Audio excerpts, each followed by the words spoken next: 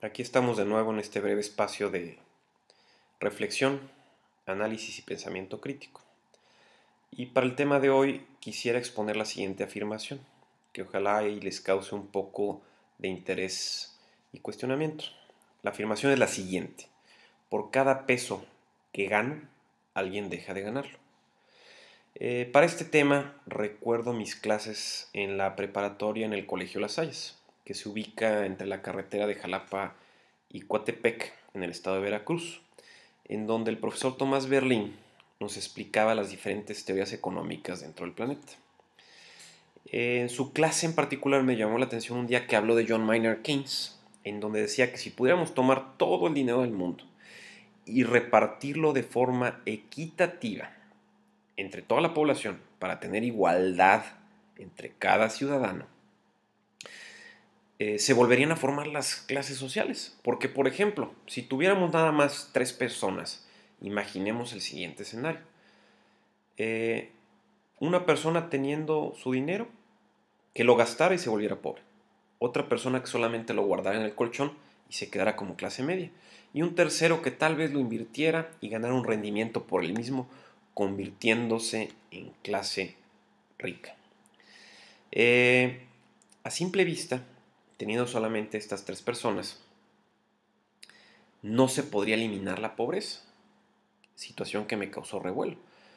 Es decir, que ni siquiera si dividiéramos el dinero en partes iguales, podríamos hablar de igualdad o de equilibrio. Se requiere hacer entonces algo más.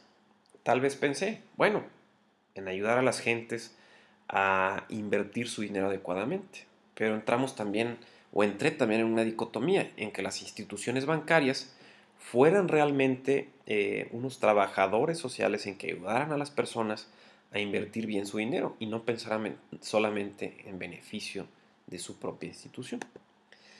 Para explicarlo de forma sencilla y clara, y desde mi punto de vista, es que por cada peso que tú ganas o que yo gano, otra persona deja de ganar ese peso. Es decir, no existe dinero infinito, sino recursos escasos que se deben maximizar, en donde si una persona recibe cierta percepción, otra no gana la misma, creando cierta competitividad entre comillas, de acuerdo a las capacidades de cada individuo. Ahora, viendo un poco lo que sucede a nivel global, siguiendo con la misma afirmación, veamos un poco lo que es la escasez y la pobreza. De acuerdo a una nota de CNN publicada el 12 de mayo del 2011, me llama la atención que la crisis alimentaria ha sumido a 44 millones en pobreza extrema, sobre todo por el aumento exorbitante de los precios de los alimentos. A esto recordemos también lo que nos ha dicho el Banco Mundial de las 1.200 millones de personas que viven con menos de 1.25 dólares al día y de las 900 millones de personas, perdón, que se van a dormir con hambre.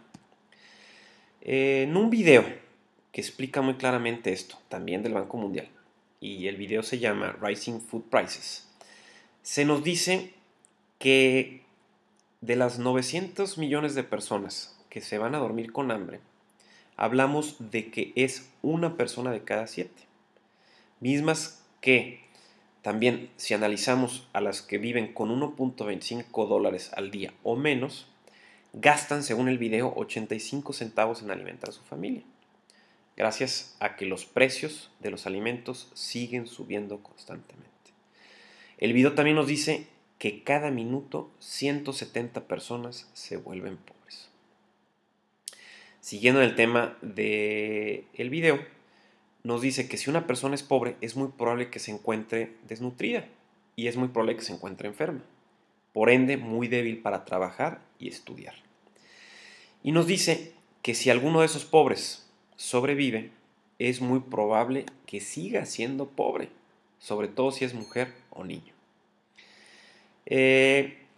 Los factores que analiza ese video nos dice que todo esto se debe a ineficientes producciones de alimentos y a los cambios climáticos recientes que hemos experimentado, dándonos una pobre cosecha para que se levante el plato mundial y podamos alimentar a más gente. Es decir, se promueve la escasez aunado a mercados cerrados al comercio y entonces nos da alimentos con alto precio y obviamente más pobres con más hambre. Las soluciones que da el Banco Mundial es invertir en mejor producción agrícola, apoyar a los pequeños agricultores y crear una red de comercio y producción entre ellos mismos. Proteger así entonces a los pobres y a los que tienen hambre para ayudarlos a que sacien esa hambre y se encuentren sanos y no desnutridos y puedan así estudiar. Parece fácil, pero es una tarea que requiere mucha cooperación y coordinación global. Tan solo en el caso de México recordamos los datos que mencionamos de Esquivel publicados en Nexos, que tenemos 57.7 millones de pobres y 21.2 millones de pobres extremos. Pero me llama la atención la nota del Excelsior que dice que 2.5 millones de mexicanos están en riesgo de hambruna por la sequía, agravando entonces la situación alimentaria existente que tenemos. También otro artículo de forma internacional del Economist que se llama Rage Against the Machine nos dice que pues también la población, cierta población tiene razón de estar molesta con el sistema. Pero aunado a esto nos debe preocupar el populismo que puede surgir en diferentes partes del orbe. Pero ¿qué sucede? Los números que presenta este artículo nos dice que en Estados Unidos el 17% de los ciudadanos menores de 25 años están sin empleo. Lo mismo sucede en la Unión Europea, pero con un 20.9%, destacando el caso de España, que tiene un 46% de desempleo en jóvenes.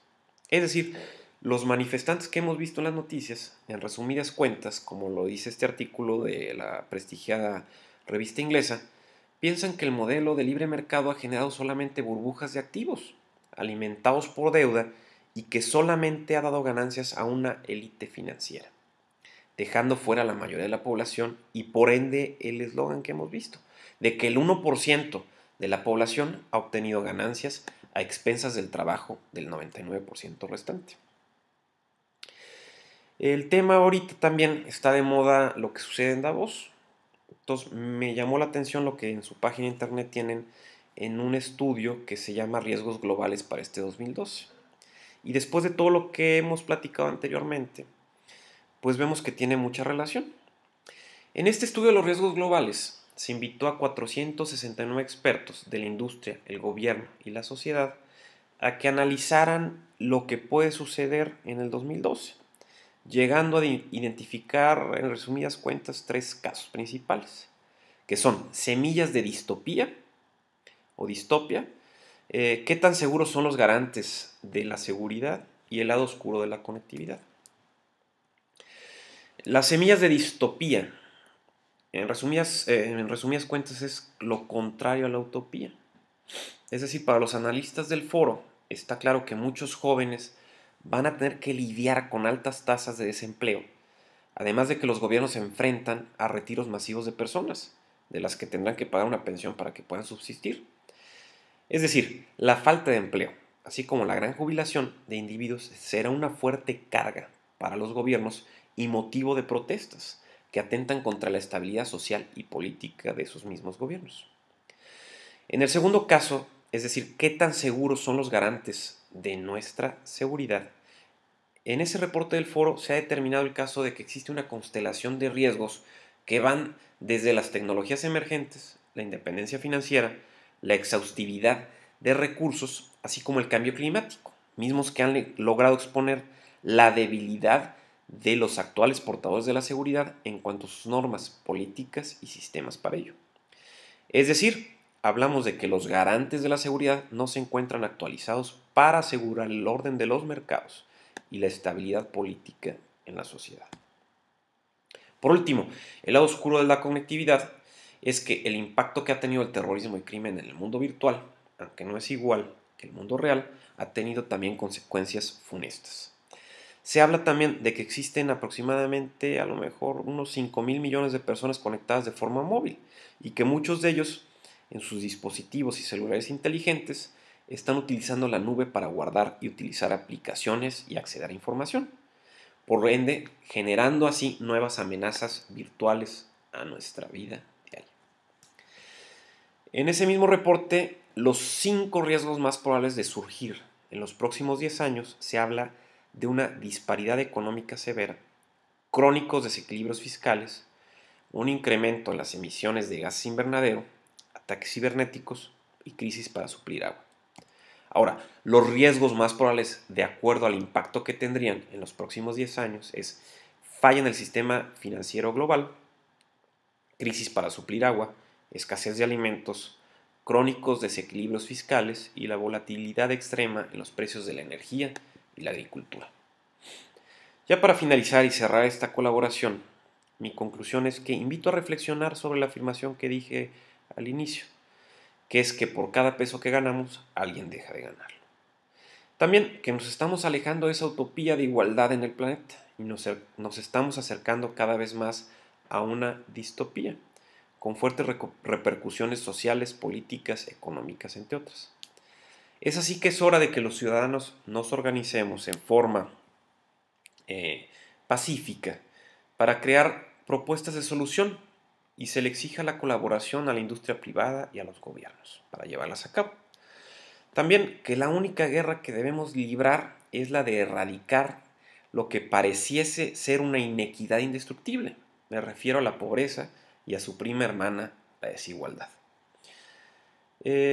Pienso así que ojalá que los líderes creativos que están en el Foro Económico Mundial encuentren soluciones prácticas y concretas para calmar el grito silencioso de esa parte de la humanidad segregada.